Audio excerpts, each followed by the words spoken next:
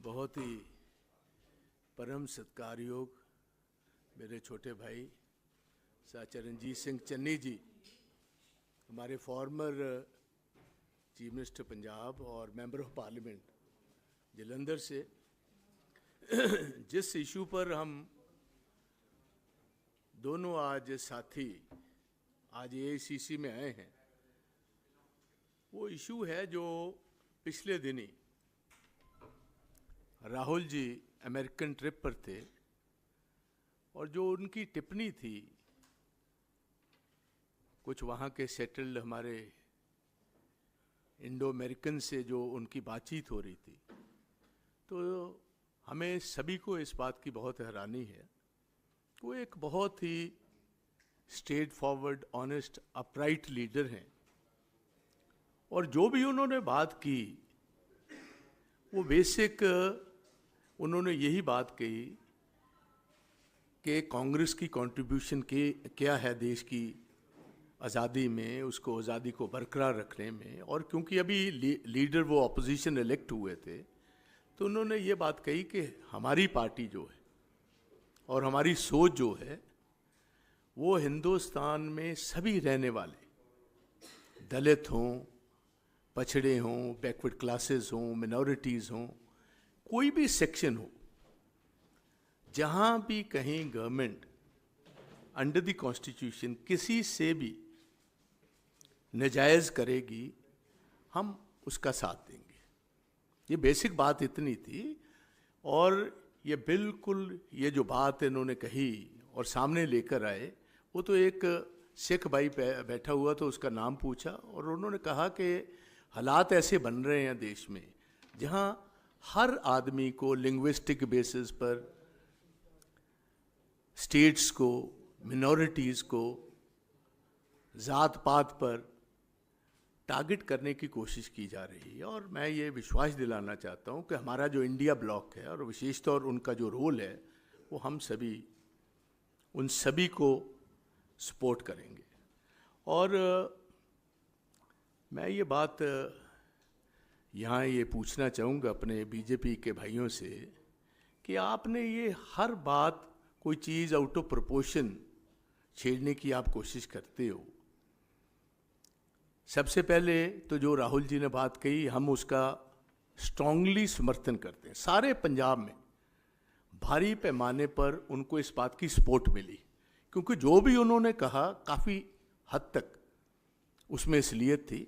क्योंकि आप सबसे पहले देखिए कि फार्मर्स जो हैं वो एक धर्म से विश्वास, एक धर्म के नहीं हैं। जो एजिटेशन चली इधर 11 महीने, मैं भी तब मेंबर ऑफ पार्लियामेंट था, और वो एजिटेशन अकेली पंजाब तक कन्फाइन नहीं थी, सारा हरियाणा उसमें इन्वॉल्व था, राजस्थान था, यूपी के बॉर्डर के लोग थे, वेस्टर्न यूपी के थे, दिल्ली के थे, उत्तराखंड, बहुत दूर से साउथ इंडिया के भी लोग आ चुके थे, इधर आए हुए थे। मगर आप देखिए कि 11 महीने बीजेपी की गवर्नमेंट ने इतना भी नहीं किया कि बॉर्डर पर हमारे प्राइम मिनिस्टर ने टाइम भी नहीं निकाला कि 10 मिनट जाकर जो किसान भाई देश का पेट पालते हैं उनकी हम जेन्युइन डिमांड्स जो हैं उनकी बात तो सुन लें। और मुझे पता है हम मेंबर ऑफ पार्लियामेंट थे, महीना, 1.5 महीना, 2 महीने ना लोकसभा चल पाई ना राज्यसभा चल पाई, क्योंकि इन बिल्स पर ये बात करने को भी तैयार नहीं। तो ये बात उन्होंने, और मुझे इस बात का अफसोस है कि आज हम काउंटर सवाल पूछते हैं इनके मंत्री पुरी साहब को, लालपुरा साहब को, एक और हैं दिल्ली के, इनके ताज़ी कांग्रेस के गए हुए भाजपा में, और एक हमारे कांग्रेस पंजाब से आकर इधर मंत्री बने हुए हैं, कि अब आप काउंटर सवाल कर रहे हो, कभी आपने तब तो आवाज़ उठाई नहीं जब ये बीजेपी के लीडर हमारे किसान भाइयों की, उनकी दस्तार की वजह से, उनकी पगड़ी की वजह से, जो इधर बॉर्डर्स पर बैठे हुए अपनी जेन्युइन डिमांड्स रख रहे थे, आप उनको खालिस्तानी बता रहे थे।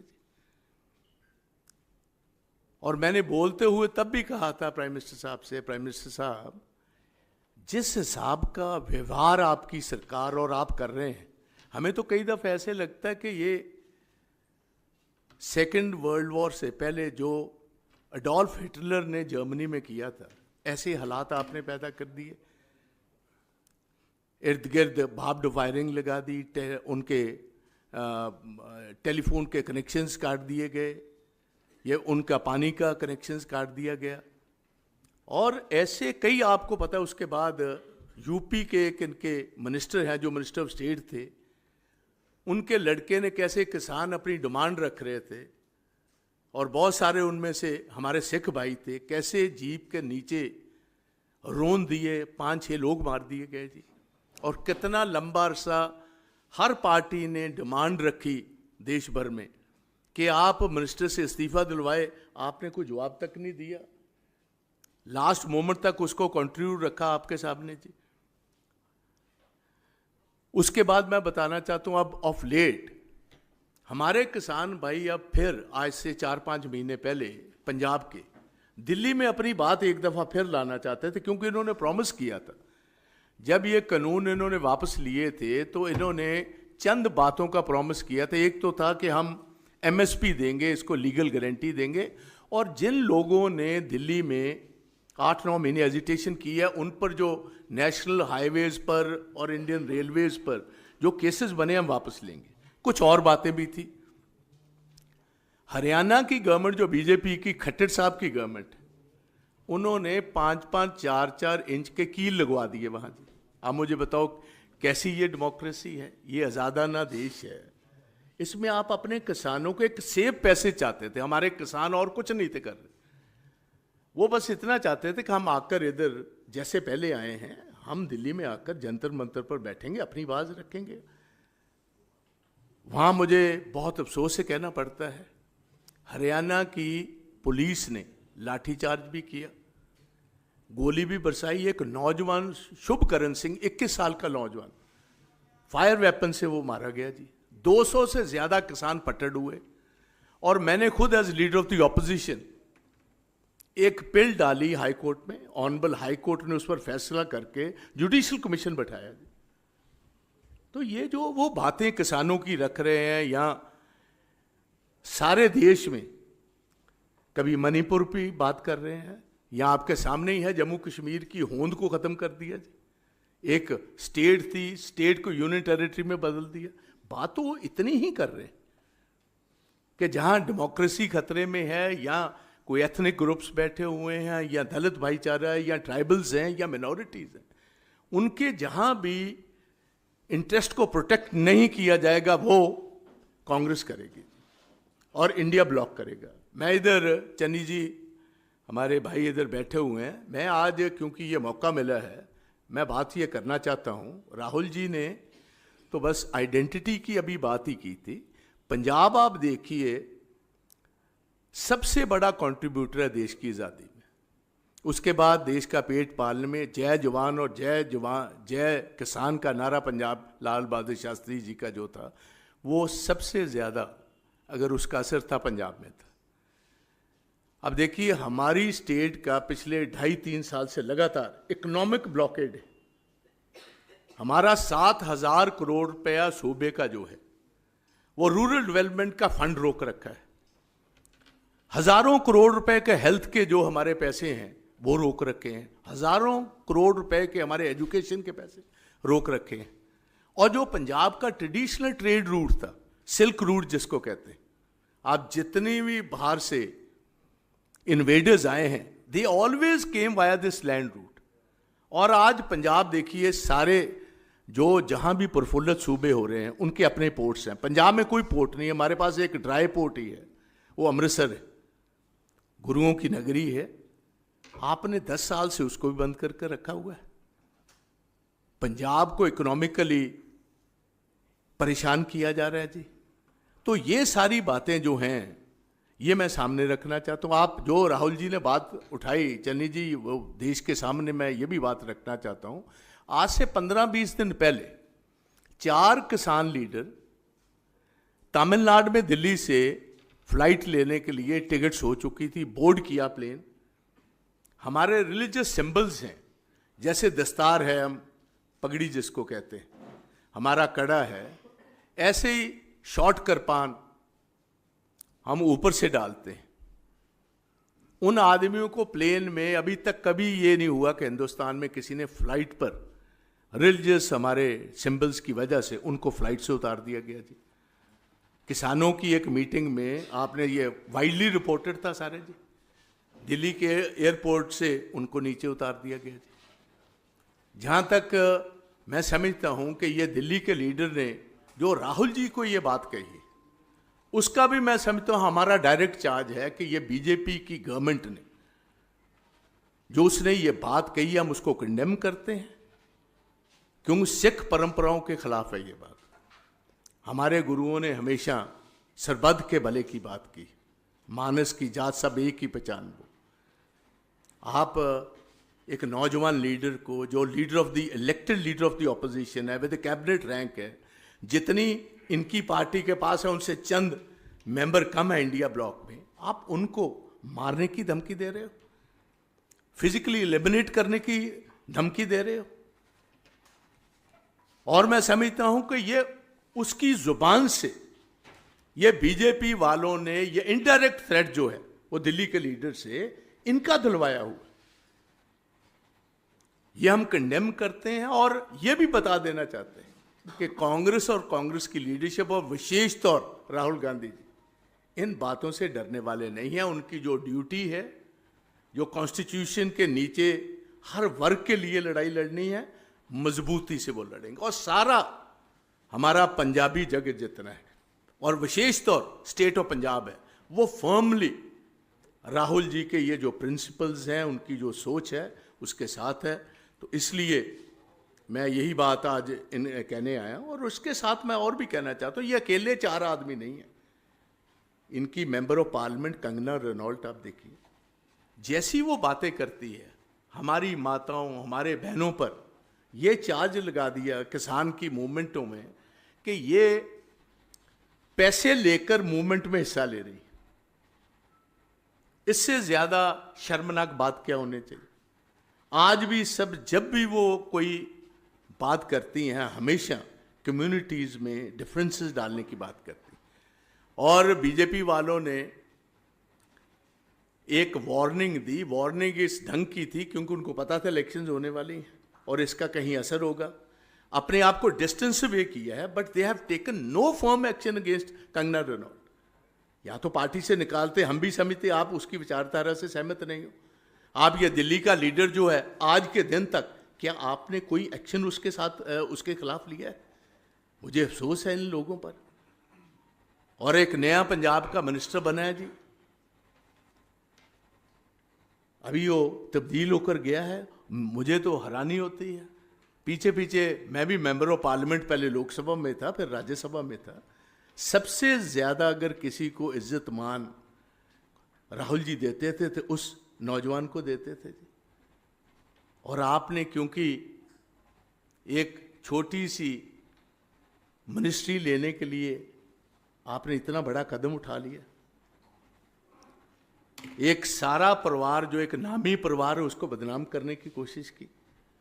तो इस बात पर मैं अपनी तरफ से, मेरे बाद चन्नी जी अपनी बात भी रखेंगे। So we stand firmly with what Rahul ji has said. और मैं इनको, बीजेपी वालों को इतनी बात कहूँगा, देश को एक रखने की कोशिश कीजिए। आप ऐसा आउट ऑफ कंटेक्स्ट बात निकालकर और ऐसा काम ना कीजिए जिससे हमारी बदनामी। तो मैं इतना ही कहना चाहता हूँ। अब चन्नी जी अपनी बात रखें। आप सबका धन्यवाद। सरदार प्रताप सिंह बाजवा जी ने लगभग सारी बात रख दी है, फिर भी इन्होंने मुझे कहा है तो मैं इसमें कहना चाहता हूँ कि राहुल जी ने कहा क्या है। राहुल जी ने बोला है, एक सिख नौजवान को संबोधन करते हुए उन्होंने कहा, fight is about whether he as a Sikh is going to be allowed to wear his turban in India, or he as a Sikh is going to be allowed to wear kara in India, or he as a Sikh is going to be allowed to go to Gurdwara in India. And thus that's what the fight is about, and not just for him, for all religions. उन्होंने चिंता जाहिर की है कि जिस तरीके से देश में दलित, एससी, एसटी, ओबीसी और मिनॉरिटीज़ को ट्रीट किया जा रहा है और जिस तरीके से इनके खिलाफ एक जहाज छेड़ा हुआ है बीजेपी ने हर तरीके से, आने वाले समय में ऐसा होगा या हो सकता है कि सिखों को टर्बन पहनने की भी अनुमति ना हो। क्या वो होगी या नहीं होगी, ये चिंता जाहिर की है और एक वैलिड चिंता है। सिक्खी की बात की है, सिखों के हक में बात की है, हम उनकी सराहना करते हैं। और जिस तरीके से उन्होंने सिख धर्म के प्रति अपनी श्रद्धा दिखाई और श्री हरमंदिर साहिब में जाकर सेवा भी की है, अक्सर जाते हैं, उससे सिख उनसे प्रभावित हैं। और ये जो जहाद अब जिस तरीके से बीजेपी इस उनकी जो स्टेटमेंट है इसको मिस इंटरप्रेट कर रही है, वो एक्चुअली क्या है, वो ये नहीं कह रहे हैं कि जी ये बाहर जाकर बोला है इसलिए बदनाम हो गए हम। एक्चुअली उनको तकलीफ ये है कि राहुल गांधी जी ने सिखों के हक में बोला है।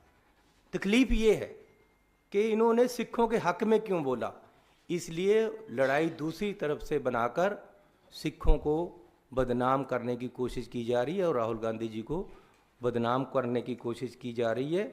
जो उन्होंने चिंता जाहिर की है वो जायज़ है और उसके बहुत सारे उदाहरण भी दिए जा सकते हैं मिनॉरिटीज़ में, दलितों में, एसटी, ओबीसी में, कि किस तरीके से मौजूदा सरकार इनको दबा रही है और किस तरीके से इनके साथ व्यवहार किया जा रहा है।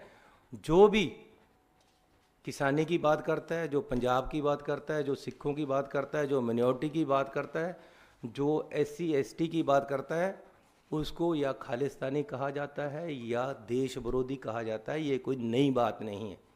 अगर राहुल जी ने कहा है तो पूरा पंजाबी लोग और हम सिख लोग उनके साथ हैं और हम उनकी सराहना करते हैं।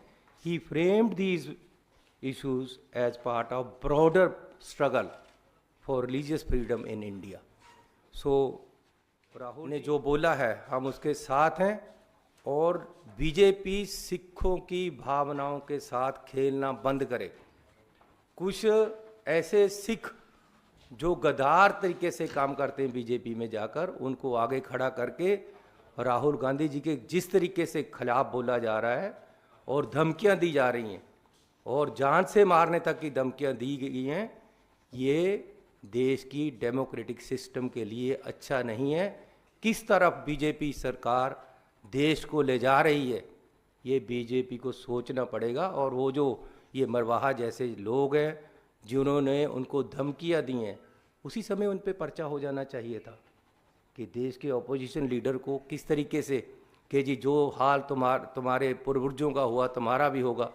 ये धमकियां जो दी गई हैं इन पे उसी समय पर्चा हो जानी चाहिए था और हम मांग भी करते हैं कि उन पे पर्चा हो। और ये जो सारा कुछ हो रहा है इलेक्शन को देखकर, जो मेन मुद्दे हैं उनसे ध्यान लोगों का भड़काने के लिए, उनकी इंटेंशन डाइवर्ट करने के लिए ये सारा कुछ हो रहा है। मैं पूछना चाहता हूँ कि पंजाब एक खेती प्रधान सूबा है। बहुत तरीके से पंजाब को उस वहाँ की अर्थव्यवस्था तहस नहस करने के लिए किसानों के खिलाफ कार्रवाइयाँ की जाती, उनके खिलाफ काले कानून लेकर आते हैं। इस बार भी ये झोने की फसल है, पैडी, वहाँ आज तक शैलरों में चावल उड़ रहा है, उठाया नहीं गया। हर शैलर वाले को 1 से 10 करोड़ रुपए तक का घाटा पड़ गया है। सरकार चाहती है कि पंजाब में खेती ना हो, इसलिए खेती वालों को हैरान किया जा रहा है, उनको परेशान किए जा रहे हैं, उनकी फसल उठाई नहीं जा रही।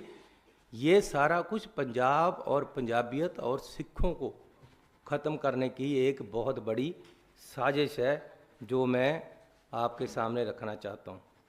और ये जो बीजेपी वाले कह रहे हैं कि जी बाहर जाकर बोले, प्रधानमंत्री जी बाहर जाकर क्या क्या बोले, इसके भी ज़रा देख लें। चाइना में ये कहा था, अरे भगवान बचाए भाई, पता नहीं पिछले जन्म में क्या पाप किए थे कि इंडिया में पैदा हो गए।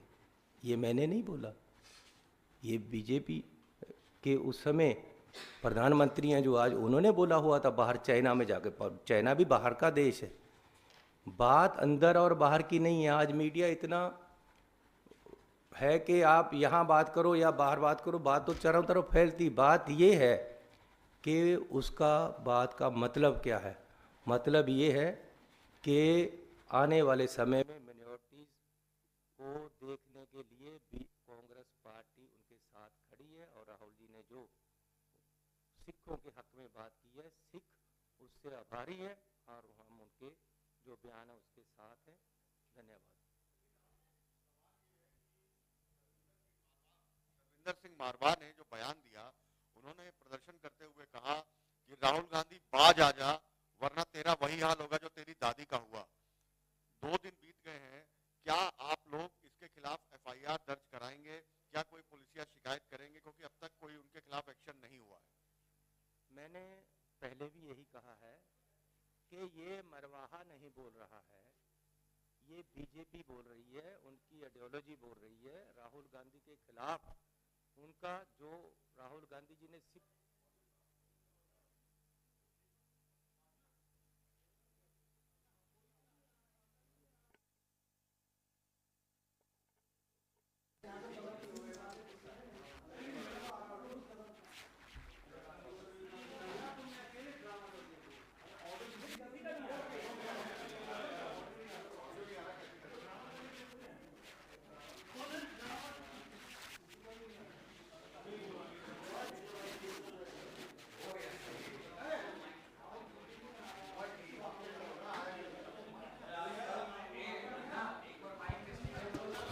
Hello hello hello enter the mic पे।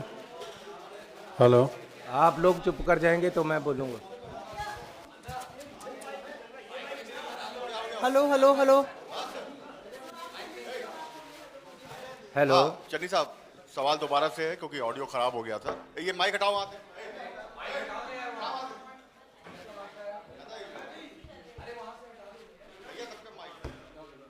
सर, रविंदर सिंह मारवा ने सिखों के प्रदर्शन जो था बीजेपी का, उसमें उन्होंने कहा कि राहुल गांधी बाज आ जा, वरना तेरा वही हाल होगा जो तेरी दादी का हुआ था। इस बात को 2 दिन हो गए हैं और भाजपा ने तो कोई कार्रवाई नहीं की है। क्या कांग्रेस पार्टी, आप लोग एफआईआर दर्ज कराएंगे, उनके खिलाफ पुलिसिया शिकायत करेंगे? देखो, राहुल गांधी जी ने पगड़ी के हक में बोला है, सिक्खी के हक में बोला है, मिनॉरिटीज़ के हक में बोला है।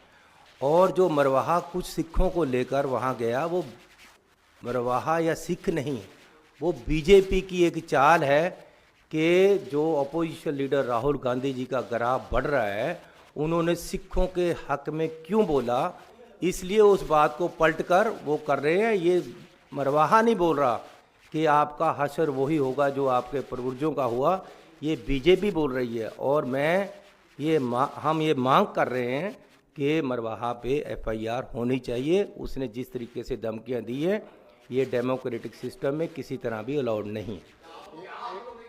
एक मिनट, देखो, मैं पहले ये पूछ रहा हूँ, हम तो करवाएंगे ही, मगर क्या मौजूदा सरकार जो है, एक लीडर ऑफ ऑपोजिशन को थ्रेट आया बीजेपी के लीडर से, तो ये एफआईआर तो गवर्नमेंट की तरफ से अब तक लॉन्च हो जानी चाहिए थी। अगर वो नहीं करें, see it's been 2 days, if they won't do it then we'll take, हम पहलकदमी करेंगे और ज़रूर एफआईआर की हम बात रखेंगे। और डिपेंड तो फिर गवर्नमेंट पर करता है ये क्या करते हैं जी। हाँ जी। बाजवा साहब, मेरी चन्नी साहब, आप दोनों में से कोई भी जवाब दे दें, मैं तो पूछ रहा हूँ। जैसे कि अगर उन्होंने एक बात बोली है, ये पब्लिक डोमेन में आ रही है बात, और आप कह रहे हैं बहुत सीरियस बात है ये, तो क्या राहुल गांधी की सिक्योरिटी का भी रिव्यू होना चाहिए? क्योंकि एसपीजी प्रोटेक्शन उन्हें पहले मिला हुआ था, अब उनको जो है Z+ मिली हुई है। तो क्या आप इस बयान के बाद से, और क्योंकि और भी ऐसे कई संगठन हैं जो हमेशा उनके निशाने पर पॉलिटिकल लीडर्स रहते हैं, तो क्या सिक्योरिटी रिव्यू की भी आप मांग करेंगे राहुल गांधी की? ऐसे है, मेरी बात सुनिए, जब प्रेसिडेंट ट्रंप पर अटैक हुआ अमेरिका में, आपको पता है कि उसी दिन उन्होंने कहा कि प्राइम मिनिस्टर मोदी जी की सिक्योरिटी को भी रिव्यू किया जाएगा। वो अमेरिका में अटैक था। ये डायरेक्ट अटैक हमारे sitting leader of the opposition पर हिंदुस्तान में हुआ, तो ये रिव्यू तो होना ही चाहिए, ये तो कोई दो राय नहीं है। अगर ट्रंप राष्ट्रपति, एक्स राष्ट्रपति अमेरिका में उन पर अटैक होता है और आप इमीडिएटली कहते हो कि मोदी साहब की सिक्योरिटी को भी रिव्यू करना है, तो ऑब्वियसली जो लीडर ऑफ द ऑपोजिशन है, holds cabinet rank government of India, आपका बीजेपी का आदमी कह रहा है, पहले तो हमारी मांग है पार्टी की 100% अब तक, अगर BJP sincere, if they want to maintain democracy in India, अगर genuinely they are not with what Marwa has said, they should have registered a FIR by now. And review of Rahul Gandhi ji security जो है, ये तो periodic है, ये तो इनको regular security का तो काम ऐसे हर दूसरे तीसरे महीने तो ये review करते ही रहते हैं और करनी भी चाहिए. And they have to be more careful.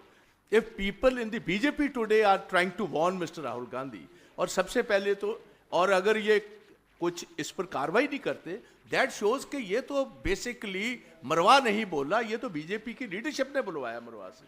हाँ जी बाजवा साहब, एक मिनट चलो, मेरा आपको प्रश्न है। आपने कहा कि राहुल गांधी जी का समर्थन करते हैं, उनके बयान का समर्थन करते हैं, तो वहां पर डीसी में भी राहुल गांधी जी ने कहा कि एसएफजे के वैश्विक खालिस्तान जंगल संग्रह अभियान उचित है, तो क्या आप इसके भी समर्थन करते हैं? मैंने तो सुना नहीं कभी ऐसा आप कुछ उस कहा। भाषण को सुनेंगे तो उसमें उन्होंने कहा है, बिल्कुल नहीं कहा, रेफरेंडम की जो बात है, बिल्कुल नहीं कहा। You are misleading everybody I है। am not I have Yeah. heard his complete address. He has not mentioned this, and I what is condemn his what is being intention done. to talk Don't about? put in words. No, It I'm not seems you are putting. trying to put in words again. कि इधर एक नई controversy शुरू हो जाए। I have heard every single word. Rahul Gandhi is not mentioned, and this is totally out of context that you are saying this.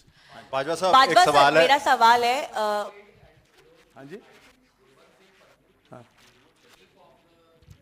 Organization, SFJ, he has said that whatever Rahul Gandhi has said over there, and he endorses what is the condition तो of भाई about Pannu क्या atrocity. कहता क्या नहीं कहता, हमें जरूरत नहीं है उसकी इंडोर्समेंट की, हमें जरूरत नहीं, कांग्रेस को जरूरत नहीं। We have always stood by the interest of our nation. Punjabis have stood by the interest of the country, Sikhs have stood with the interest of the country, and कोई endorse कौन करता है वो बात और है। Rahul ji has never endorsed this viewpoint, ये मैं बिल्कुल क्लियर करना चाहता हूँ। Again a new controversy seems to, इधर ये ऐसे ही लग रहा है कि ये सवाल डाला गया एक नई कंट्रोवर्सी क्रिएट करने का। So we have nothing to, he has said nothing at all on this. Bajwa साहब, जी, एक मेरा सवाल है। सवाल है, बाजवा साहब, क्योंकि एक सवाल है कि परसों- 1984 लेकर अभी आप लोगों ने कहा कि कांग्रेस सिखों के साथ खड़ी है। आज जगदीश टाइटलर को राउज़ावनी कोर्ट ने अब आरोप तय करने की बात की है। पार्टी उनको क्यों नहीं निकालती? आप लोग अभी तक उनको साथ लेकर गाहे बगाहे आपकी स्टेज पर भी नजर आते हैं, तो पार्टी फिर सामाजिकता और एक समरसता का संदेश क्यों नहीं देती उनको पार्टी से निकाल के? हम देखिए, जो दंगे हुए और जो अटैक हुआ, हम उसके लिए एक बार नहीं, कांग्रेस बहुत बार माफ़ी मांग चुकी है कि वो कांग्रेस के टाइम में हुए। जो हरमंदर साहब पे अटैक हुआ वो गलत था, ये कांग्रेस मान चुकी है और माफ़ी भी मांग चुकी है। और जिसको सज़ा देनी है, अब 10 साल से बीजेपी है, बीजेपी उन लोगों को क्यों नहीं सज़ा देती और उनकी बात उछालती है, लेकिन उन लोगों को सज़ा नहीं देती जो उसके लिए जिम्मेवार हैं, जो यहाँ दंगे हुए। लेकिन साथ में ये भी कहना चाहता हूँ कि जहाँ हम खुद कह रहे हैं, मैं एआईसीसी के ऑफिस में बैठकर कह रहा हूँ कि 84 में जो अटैक हुआ हरमंदर साहब पे वो गलत था, तो बीजेपी क्यों नहीं मानती कि जो 84 में अटैक हुआ उसको कराने के पीछे बीजेपी का एक बहुत बड़ा आंदोलन था और बीजेपी ने प्रेशराइज किया कि हरमंदर साहब में फौज भेजी जाए। जो बीजेपी के लीडर हैं उन्होंने एक जुलूस निकाला कि हरमंदर साहब में फौज भेजी जाए। कांग्रेस की सरकार ने सिखों के आगे गोडे टेक दिए हैं, ये क्यों नहीं वहाँ भेजते फौज को। और बीजेपी अडवाणी जी ने अपनी book my country my life में इस चीज़ को इंडोर्स किया है कि उन्होंने एक आंदोलन चलाया, जहाँ बीजेपी ने और बहुत सारे आंदोलन चलाए, वहाँ एक आंदोलन ये भी था कि हरमंदिर साहब में फौज को भेजकर वहाँ जो लोग हैं उनको पकड़ा जाए, उनको मारा जाए। ये ऑन रिकॉर्ड है। तो यहाँ तक कि आरएसएस के एक नेता जिनको भारत रत्न का पुरस्कार भी मिला, उन्होंने कहा कि जो ये दंगे यहाँ हुए वो परिणाम था आक्रोश का और गुस्से का, जिनको उन्होंने जायज़ ठहराया है। तो कांग्रेस ने माफ़ी मांग ली है। बीजेपी इन दंगों को कराने में, बीजेपी और आरएसएस हरमंदिर साहब पे अटैक कराने में कब माफ़ी मांगेगी? मैं उनसे ये पूछना चाहता हूँ कि जो तुम्हारा रोल था उसकी आप कब माफ़ी मांगोगे? कांग्रेस ने माफ़ी मांगी है। आज भी मैं कहता हूँ कि गलती की गई कांग्रेस की तरफ से, क्योंकि कांग्रेस के राज में दंगे हुए, इसलिए माफ़ी उन्होंने मांगी है। लेकिन गुजरात के दंगों की कौन माफ़ी मांगेगा? ये भी आज एक सवाल है। मैं फिर भी गुजरात पे नहीं जाना चाहता, मैं पंजाब पे ही रहना चाहता हूँ, क्योंकि पंजाब की बात इन्होंने की है। इसलिए जो अटैक हुआ उसमें बीजेपी और आरएसएस का भी उतना ही हाथ था, इसलिए उनको भी माफ़ी मांगनी चाहिए। सर, मेरा एक सवाल है, इससे अलग हटकर है। दिल्ली के मुख्यमंत्री अरविंद केजरीवाल को सुप्रीम कोर्ट की ओर से जमानत दे दी गई है। क्या आप उनकी जमानत को खुले मन से स्वीकार करते हैं और कांग्रेस पार्टी का क्या स्टैंड है अरविंद केजरीवाल की जमानत को लेकर? देखिए, ये कोर्ट का मसला है। उन पे एफआईआर हुई, उनका रिमांड लिया गया, उनकी आज जमानत हुई है। तो जो कोर्ट ने किया है वो कोर्ट का मसला है, हमारा उसमें इससे ज़्यादा कोई योगदान नहीं है या रोल नहीं है।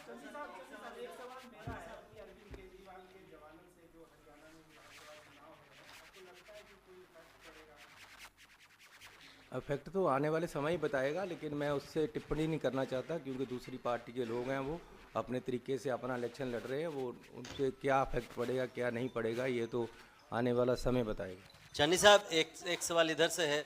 आपने कहा कि आडवाणी जी के प्रेशर में हरमंदिर साहब पर सेना घुसी, लेकिन उस समय सरकार तो इंदिरा गांधी जी की थी। आप कहना चाह रहे हैं कि वो बीजेपी के प्रेशर में इंदिरा गांधी जी मैं ये कहना चाहता हूँ कि बीजेपी आरएसएस ने एक माहौल क्रिएट किया देश में कि जो उस समय की कांग्रेस की सरकार थी वो अटैक नहीं कर रही अकाल तख्त पे, और जहाँ ये अटैक के और कारण उन्होंने किए होंगे, वहाँ सबसे बड़ा एक ये भी कारण था कि जी पूरे देश में इन्होंने आंदोलन चलाया और जुलूस निकाले, अडवाणी जी ने उनको लीड किया, ये भी एक कारण बना। उसके लिए बीजेपी और आरएसएस को सिखों से और हरमंदिर साहब पे जाकर माफ़ी मांगनी चाहिए।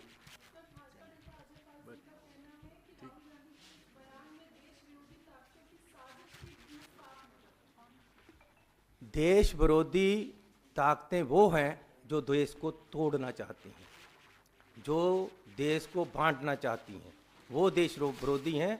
राहुल गांधी एक ऐसा नेता है जो देश को एकता करना चाहता है, इकट्ठा करना चाहता है, आगे बढ़ाना चाहता है। धन्यवाद।